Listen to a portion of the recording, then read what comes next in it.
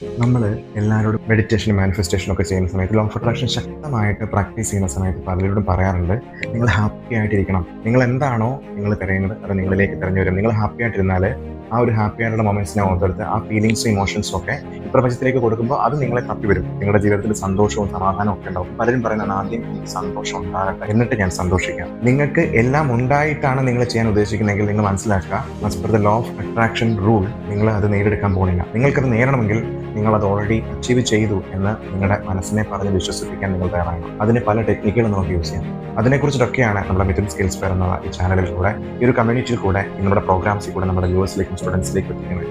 അപ്പോൾ തീർച്ചയായിട്ടും മനസ്സിലാക്കുക, എന്തിനെയാണോ നിങ്ങൾ തിരയുന്നത് അത് നിങ്ങളെയും തിരയും. അതാണ് ലോ ഓഫ് അട്രാക്ഷൻ പറയുന്നത്.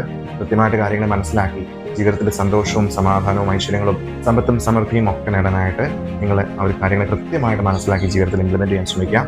പ്രപഞ്ച ശക്തി നമ്മളെല്ലാവരെയും അനുഗ്രഹിക്കട്ടെ. Thank you so much.